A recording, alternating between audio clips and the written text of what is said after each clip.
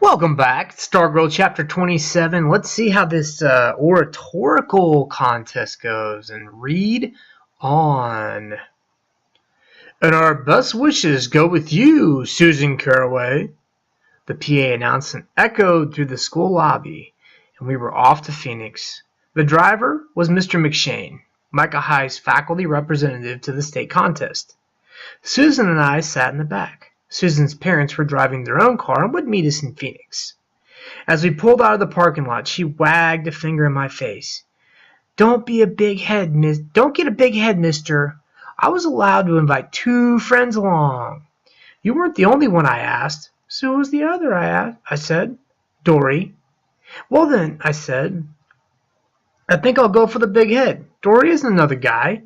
She grinned. No, she's not one of those. Suddenly she unbuckled her seatbelt. We each had a back window. Mr. McShane, she announced. I'll move you over so I can sit close to Leo. He's so cute. I can't help myself. In the rearview mirror, the teacher's eyes crinkled. Whatever you like, Susan. It's your day. She slid over and fastened herself into the middle seatbelt. She jabbed me. Hear that? It's my day. I get whatever I want. So, I said, what happened when you asked Dory Dilson? She said no. She's mad at me. I could tell. Ever since I became Susan, she thinks I betrayed myself. She just doesn't understand how important it is to be popular. I wasn't sure what to say to that. I was feeling a little uneasy. Fortunately, wondering what was to say wasn't much of a problem for me during that 2-hour ride because Susan chattered away like the old Stargirl the whole time. But I know Dory, she said, and I'll tell you one thing. What's that? She'll be back in front of the mob cheering for me when we get back to school tomorrow. I later find out that we had left school. The principal had spoken again on the PA. He announced our expected time of return on Saturday and suggested that everyone be on hand to meet us, win or lose. Losing, as it turned out, never occurred to the contestant herself. Would you do a favor for me, she said. I told her sure. Well, that big silver plate, does it go to the winner? I'm such a klutz when dishes at home. Would you hold it for me when the crowd rushes us? I'm afraid I'll drop it. I stared at her. What crowd? What rush? Oh, in the school parking lot. When we get back tomorrow, there's always a crowd waiting for the returning hero. Remember that film at school, My Vision? She cocked her head and peered into my eyes. She rapped my forehead with her knuckle. Hello in there. Anybody home? Oh, I said. That crowd. She nodded. Exactly, of course.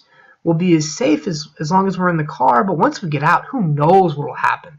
Crowds can be pretty wild. Right, Mr. McShane? The teacher nodded. So I hear. She spoke to me as if instructing a first grader. Leo, this has never happened in Micah before, having the winner of an Arizona State oratorical contest, one of their very own. When they hear about it, they're going to go bananas.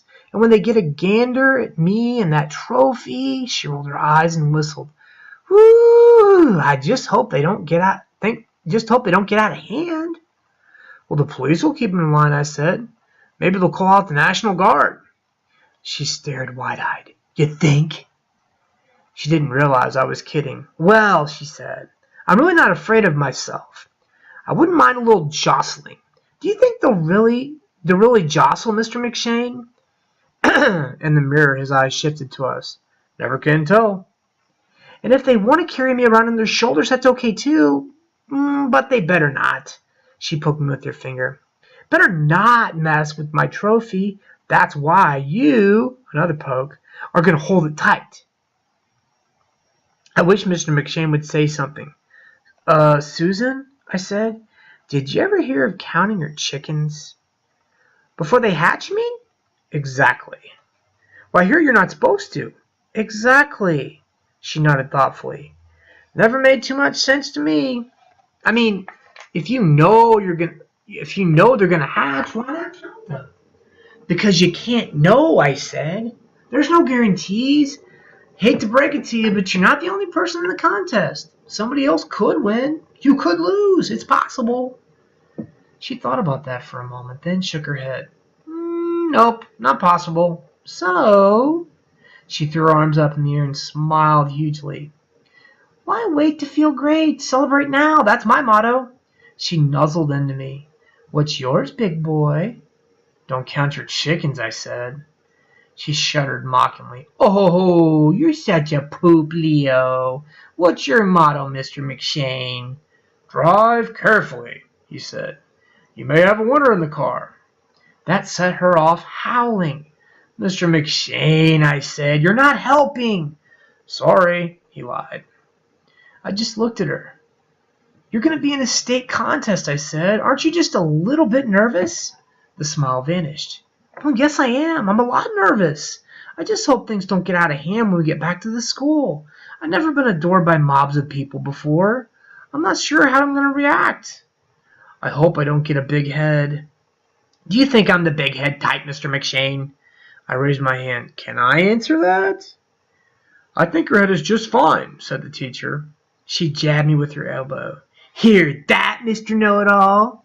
She gave me her smug face, which promptly disappeared as she thrust her arms up in the air and yelped, They're gonna love me! Mr. McShane wagged his head and chuckled. Silently, I gave up. She pointed out the window. Look, even the desert is celebrating. It seemed to be true. The normal dull cacti and scrub were splashed with April colors, as if a great painter had passed over the landscape with a brush, dabbing yellow here and red there. Susan strained against her seatbelt. Mr. McShane, can we stop here just for a minute, please? When the teacher hesitated, she added, You said it's my day. I get whatever I want. The car coasted to a stop alongside a gravelly roadside. In a moment, she was out the door, bouncing across the desert. She skipped and whirled and cartwheeled among the prickly natives. She bowed to a yucca, waltzed with a saguaro. She plucked a red blossom from a barrel cactus and fixed it in her hair.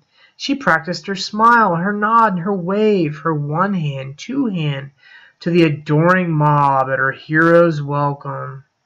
She snapped a needle from a cactus with the slapstick pantomime of a circus clown pretending to prick her teeth with it.